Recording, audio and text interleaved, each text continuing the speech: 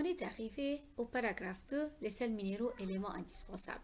Donc, on va continuer l'activité 1, les besoins nutritifs des végétaux chlorophylliens. Mais maintenant, on va résoudre de nouvelles questions. La première question, c'est, en se basant sur le paragraphe 2, le document I, représenté ici dans cette figure, ils ont dit, citez les sels minéraux de liquide nutritif. Quels sont les sels minéraux de liquide nutritif? On a déjà dit, mais maintenant, on va répéter. Lorsqu'on dit citer, c'est-à-dire énumérer, quels sont ces sels minéraux? Le liquide nutritif, c'est un sel riche en matière minérale.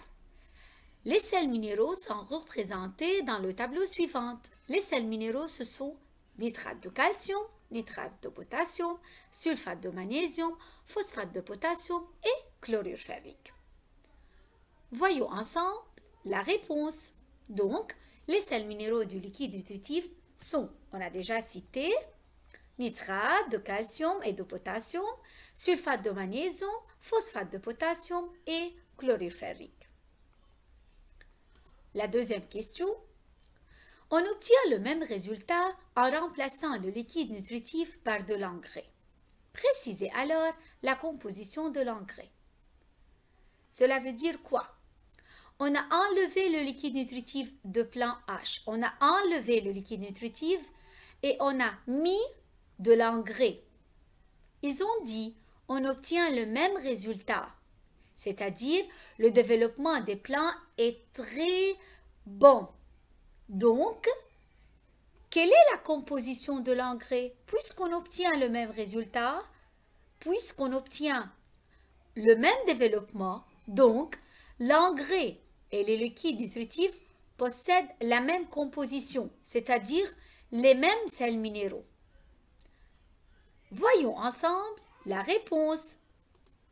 L'engrais, c'est un mélange de sels minéraux. Pourquoi on a dit cela? Car on obtient le même résultat que le liquide nutritif.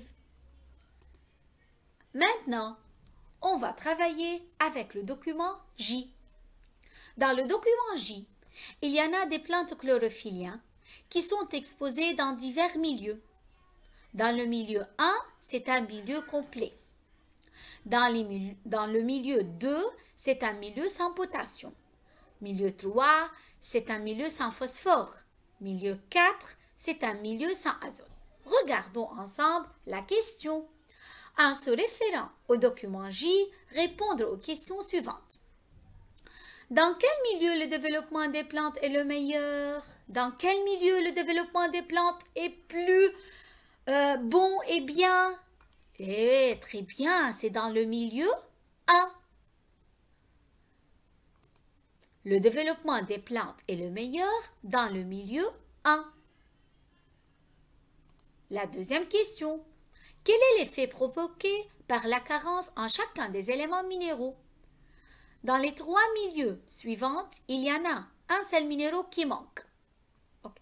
La carence ou bien la manque de ce sel minéraux fait quoi? Un milieu sans potassium, dans le milieu 2, c'est un milieu sans potassium. Regardons ensemble, les plantes sont peu développées.